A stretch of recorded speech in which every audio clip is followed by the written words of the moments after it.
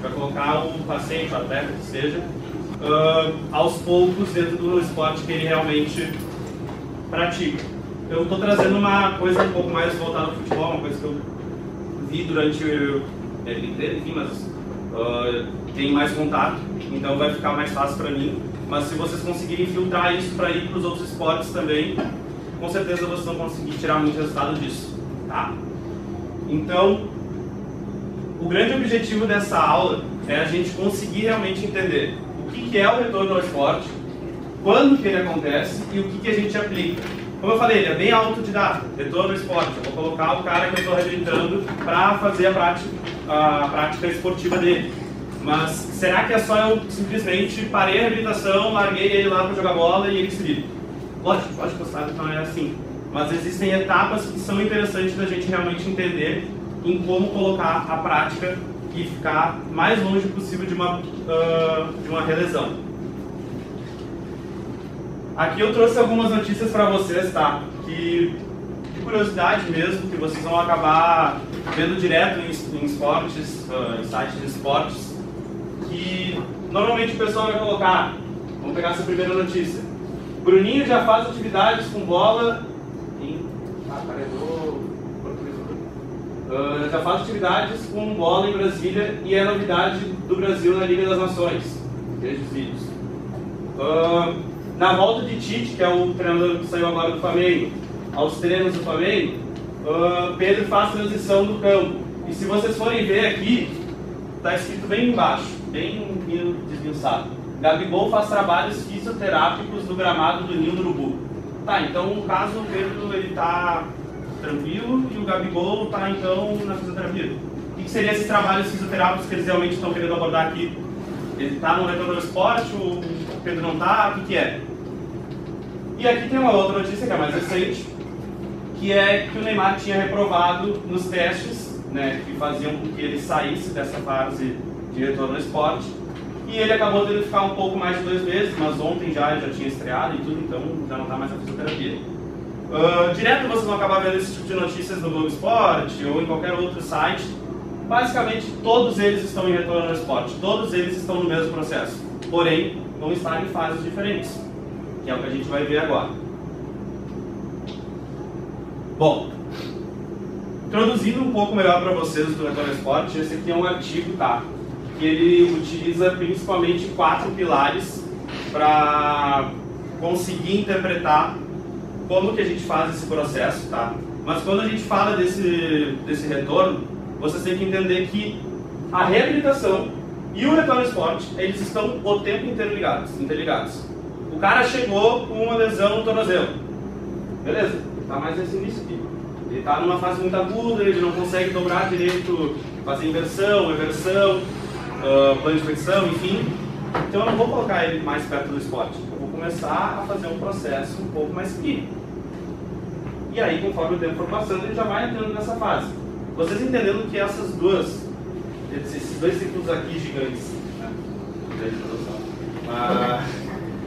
Esses 2 ciclos estão sempre interligados, vocês vão conseguir fazer o processo com sucesso. E aí, dentro desse artigo, ele separa, principalmente quando a gente está falando com relação à performance, em 4 fases. Onde, no início, a gente vai fazer trabalhos mais no campo, no quadro, enfim. Depois nós vamos entrar dentro de uma fase mais em treinamento. Depois nós vamos entrar mais na fase esportiva, do que o gesto esportivo vai realmente fazer com que aquele atleta faça. E depois na parte mais de performance, onde a gente já estaria em um certo caos, onde a gente já está colocando o cara antes da pré-lesão. Enfim. E aqui, dentro do próprio artigo, ele mostra as bases que vocês realmente têm que ter para conseguir ter um sucesso dentro desse retorno. Então, sempre que a gente estiver entrando nessa fase, a gente tem que entender que o nosso atleta tem que estar fazendo um movimento de qualidade, seja qual esporte seja, ele tem que estar fazendo bem isso. Ele tem que ter um condicionamento físico bom para conseguir resistir toda a carga que vai ser imposta a ele. Ele vai ter que ter as habilidades do esporte específico e, claro, o monitoramento de carga, o monitoramento do treinamento dele, para que ele consiga ter uma evolução e não ter mais esse tipo de relesão.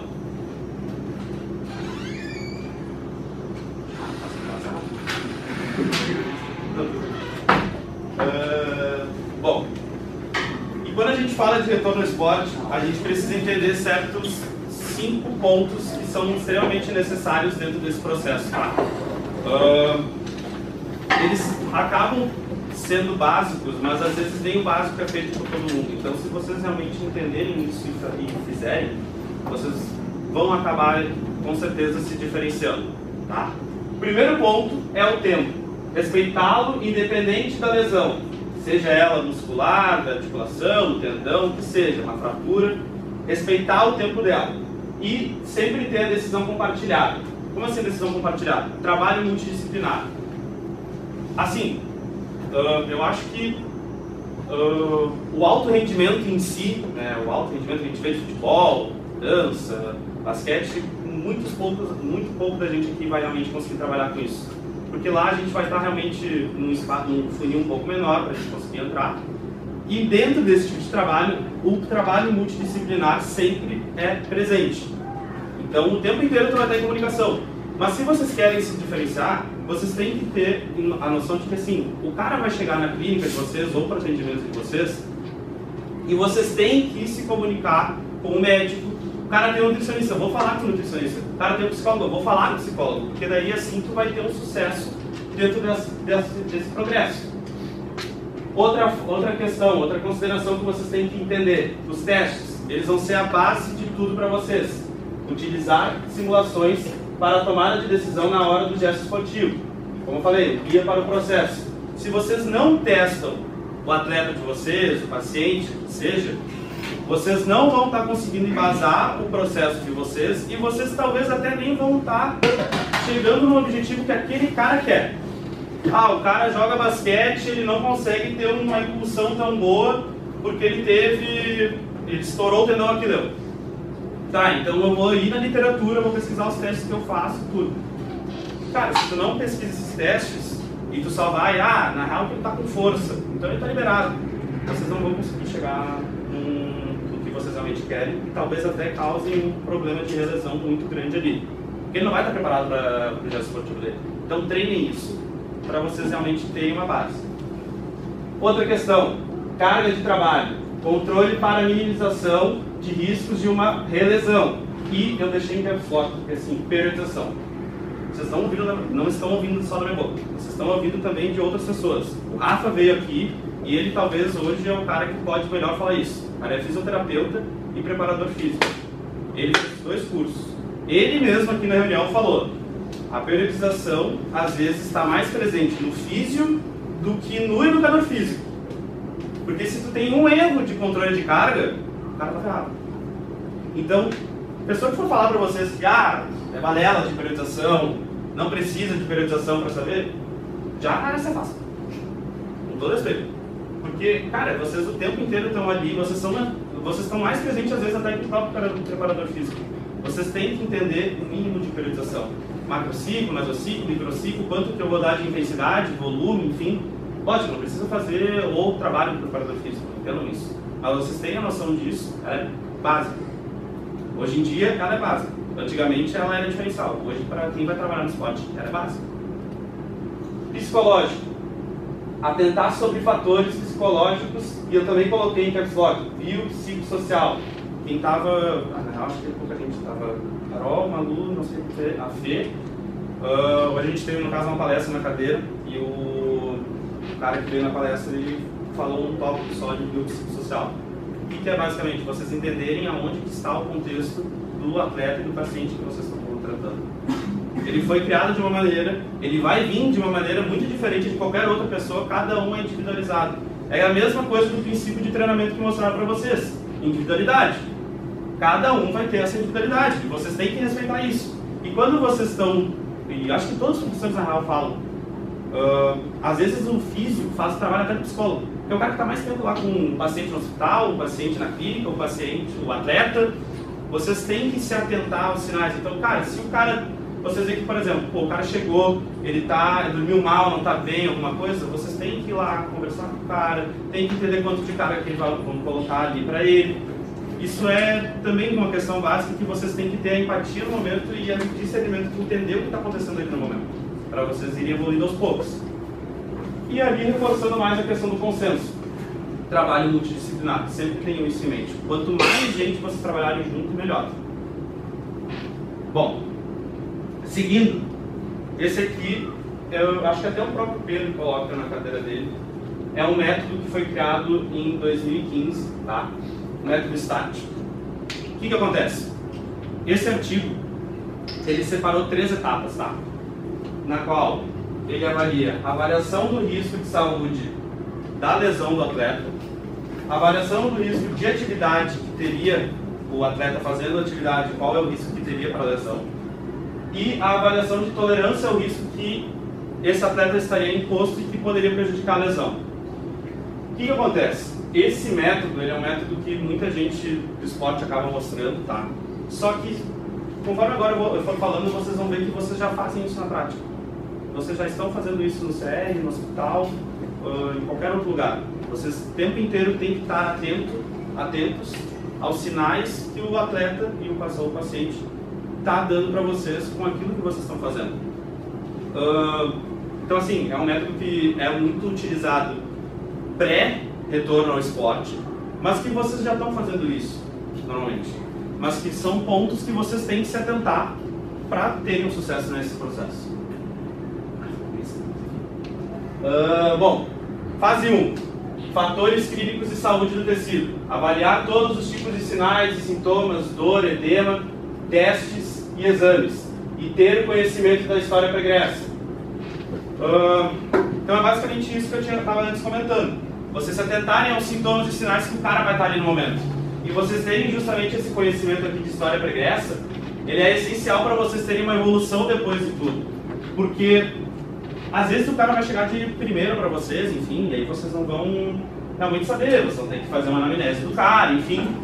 Mas se vocês tiverem isso, vocês vão estar olhando os déficits que ele pode apresentar através de alguma coisa que vocês vão intervir. Então aí vocês já podem tirar um discernimento do que fazer e de como adaptar o treino que vocês vão fazer.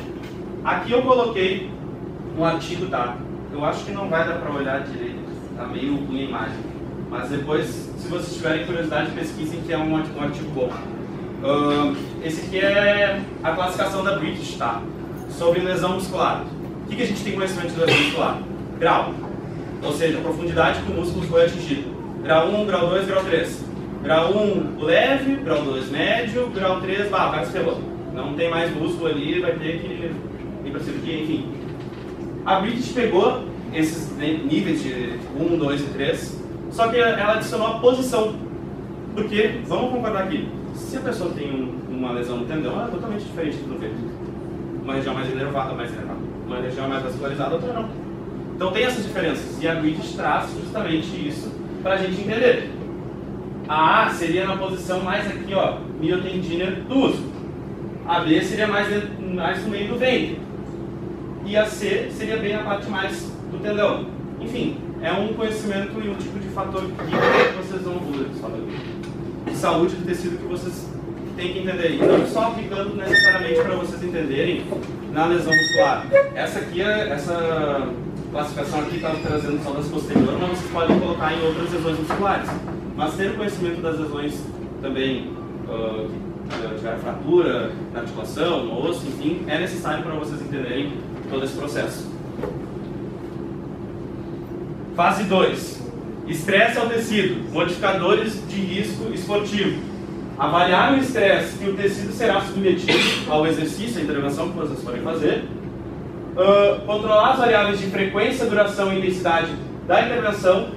E principalmente, também, caps lock, conhecer o esporte. Gente, é engraçado isso, mas vocês quando estiverem atendendo alguém de um esporte que vocês não conhecem, tipo, sei lá, cricket. Estou atendendo um cara que é do cricket. Eu não sei nada de cricket, né? Alguém sabe de cricket? Você ainda não está fazendo sacanagem. Tá pensando? Não sei nada de cricket, sei lá. Mas eu sei que eu vou ter que estudar sobre cricket, porque dependendo do gesto que o cara está fazendo, foi o gesto da lesão dele. E ele faz pra caramba esse tipo de movimento. Então eu preciso entender isso. E aí aqui eu trouxe um artigo que acho que o Carrasco trouxe também na outra palestra, mas ele é a base para vocês também entenderem vários tipos de lesões do esporte, que é acho que até é um mestrado da Natália Bittencourt, que hoje é fisioterapeuta do Bahia, tá? Ela é referência também na área, recomendo vocês olharem artigos, enfim, tudo que sei dela ali. Que comenta a seguinte questão: ela disse que a lesão é multifatorial, tá? Então aqui ela trouxe um exemplo de um cara que teve a lesão de LCA no basquete, e ali do lado ela traz uma lesão de LCA também, só que no balé. E aí, o que acontece? Tá, da onde que veio a lesão? Qual que é o movimento que ela fez? O que realmente causou isso tudo? Vamos pegar do balé. Os pontos que estão mais preto querem dizer que foram mais evidenciados dentro da lesão, tá? Então, fadiga, a gente não sabe um termo que está interligado, e aqui eu não consigo ler, desculpa. Mas todos os pontos estão interligados e alguns não estão, eles estão interligados, mas nem tanto. Como, por exemplo, a fadiga, será que ela, por ela ter excesso de fadiga, ela realmente está muito ligada ao valgo dinâmico? Não está tão ligada, por causa do movimento, alguma coisa que foi avaliada. Enfim, e aí vamos pegar a lesão do cara do basquete. Aqui no preto está o valgo dinâmico. Peraí, mas a mesma lesão que ela sofreu, se forem fazer os gestos esportivos de intervenção, não vão fazer um negócio desse tipo.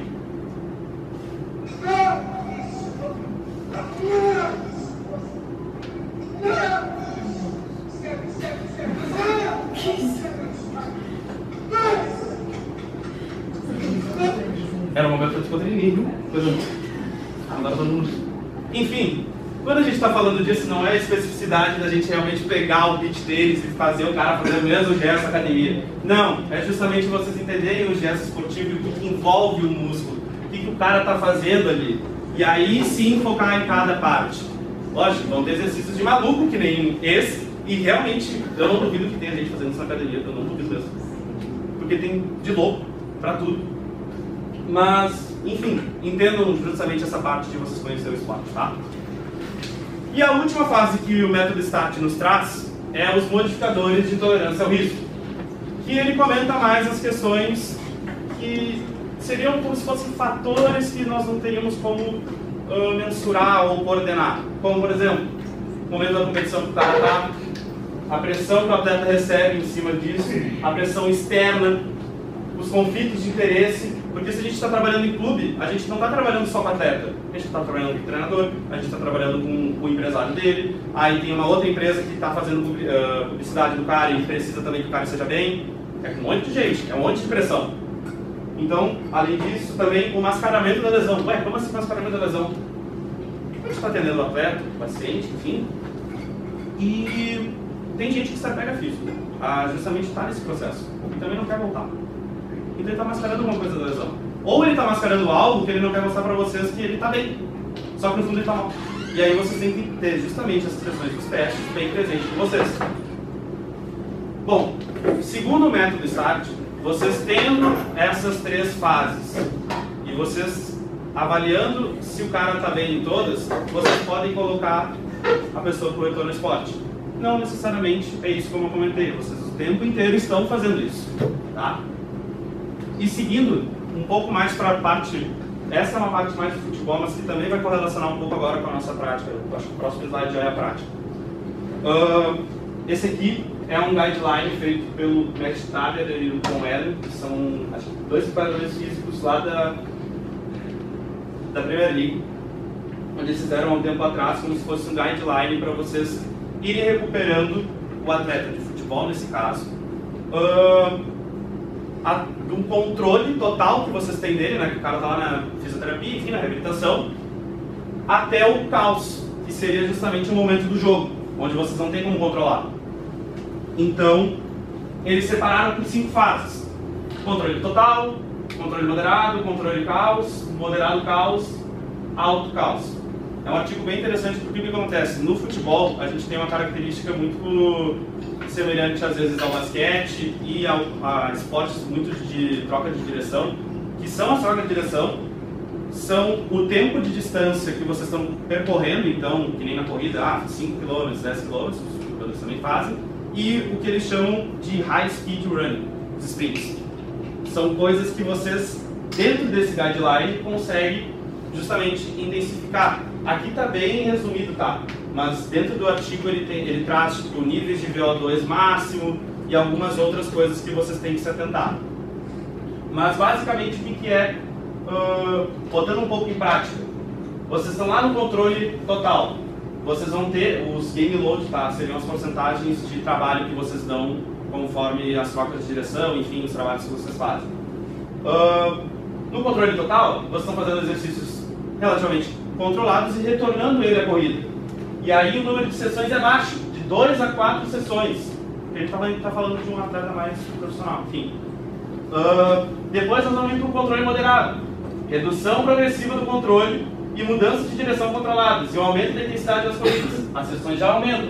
Quando vocês forem ver, lá no final, vocês já vão estar com uma porcentagem maior de 70% do trabalho de vocês, fazendo tarefas de testes de pior cenário em relação à complexidade, e já vai entrar no nível de devolver o atleta a níveis semanais de treinamento específico, com técnicas de passes, chutes, cruzamentos, enfim, a uma sessão já de 3 a 5 por semana.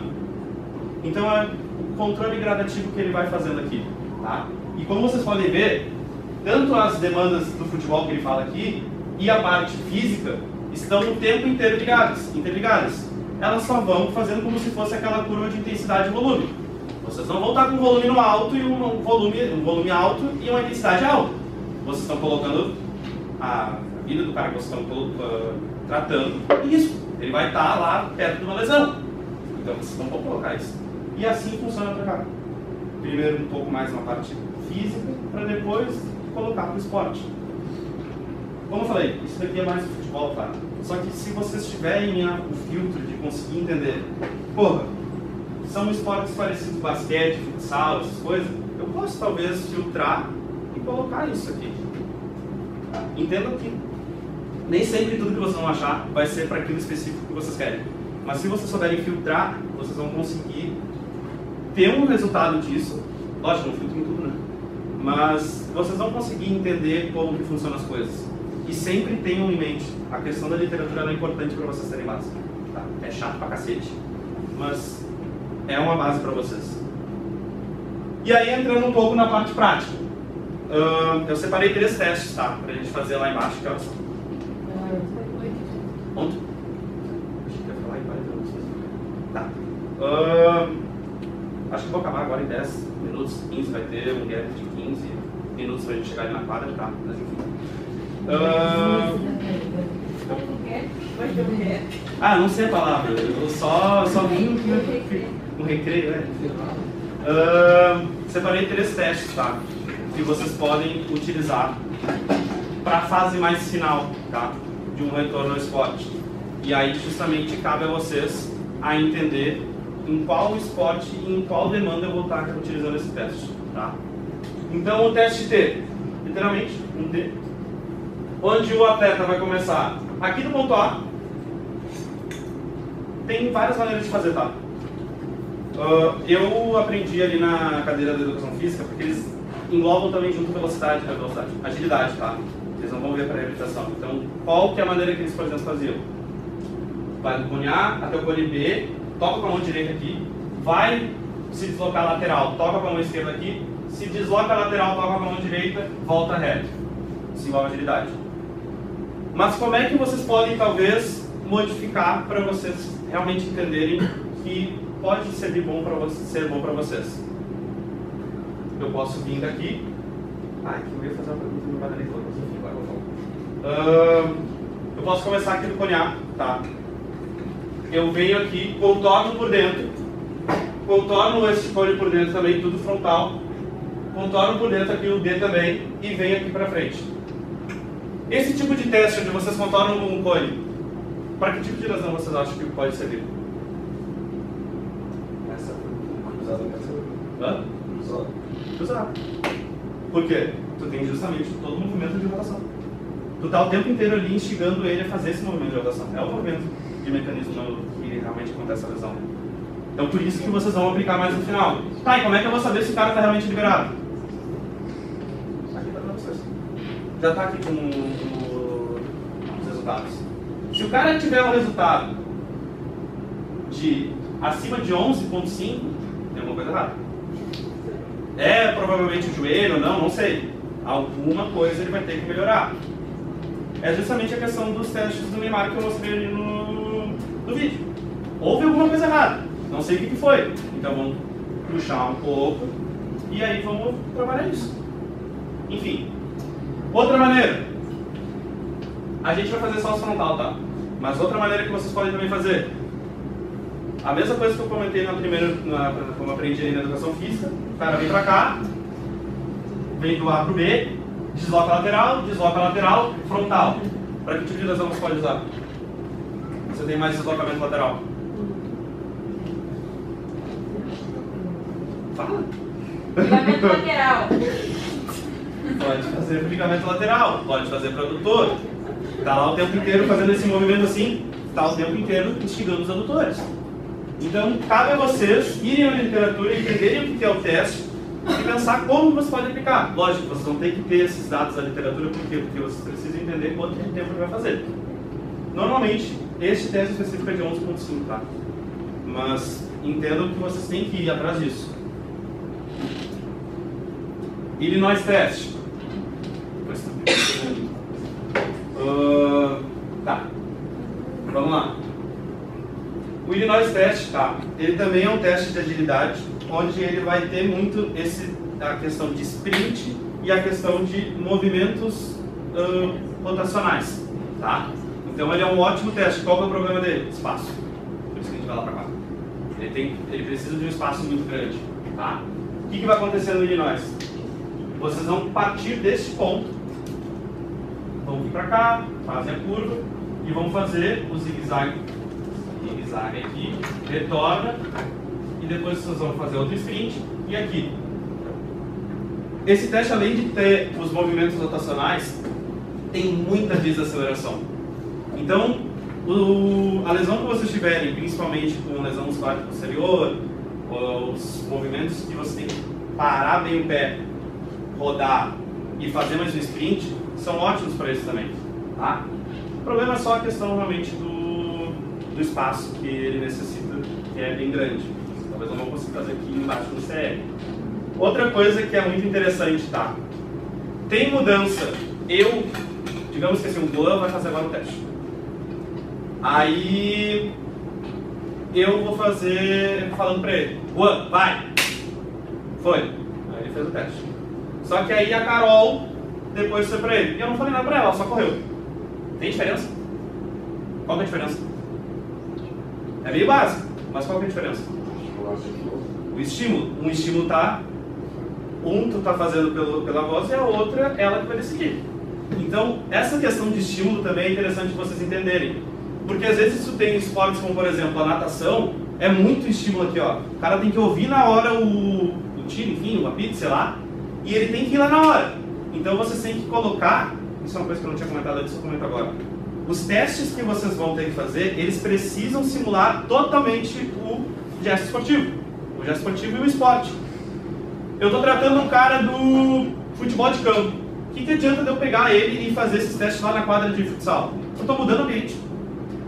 Lógico, tá lá com movimento de corrida e tudo, eu não tenho o que fazer, beleza? Faço. Não tem problema. Mas se eu tenho essa possibilidade, eu vou simular o mais possível perto do esporte dele. Então sempre tenho também essa noção. E o outro teste é um teste é um pod teste, que seria de mudança de direção, tá?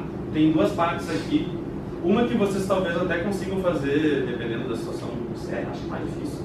Mas é uma maneira também de vocês trabalharem dentro do processo de retorno ao esporte. Esse teste aqui, o que acontece? Ele tem duas partes, tá? Nós temos aqui uma linha daqui até lá no fundo, de 20 metros. E nós temos uma outra, que eu acredito que seja de 20 metros aqui também, tá? Mas principalmente, na verdade, acho que não é 20 metros. É 5 metros, 5 metros, 5 metros, 5 metros. Vamos ver quanto que é aqui metro. O que acontece? A gente vai colocar o atleta para fazer o teste aqui, onde ele vai ter o tempo inteiro troca de direção. Ele está tendo uma troca de direção a uma angulação de 45 graus. E aqui ele vai dar o sprint total. Vocês vão pegar os dois resultados que vocês colocaram no atleta de vocês, vão pegar esse valor e vão pegar esse valor e vão dividir. Se Se o atleta estiver com os números mais perto de zero, significa que ele está conseguindo fazer as mudanças de direções e ele está mais apto para voltar para o esporte. Porque não adianta a gente só no futebol. E como colocar o cara só para correr reto? Ele vai ter que ficar mudando de direção. Então vamos treinar as coisas que ele tem que fazer, que ele vai fazer dentro do campo. Então é um outro teste interessante. E aí aqui também entra na parte de testes, tá? Mas é uma coisa que vocês podem aplicar um pouco mais durante as condutas, intervenções que vocês forem fazer conforme o tempo. Não que nada disso que eu você também vocês não possam, tá? É que são testes, exigem espaço, então às vezes é um pouco mais difícil. Mas vocês podem fazer com toda tranquilidade. O que acontece? Isso aqui é basicamente os movimentos rotacionais que vocês vão treinar o atleta de vocês a fazer o gesto. Então, por exemplo, o cara já está bem na parte... Lembra daqueles dois círculos? Reabilitação, retorno ao esporte.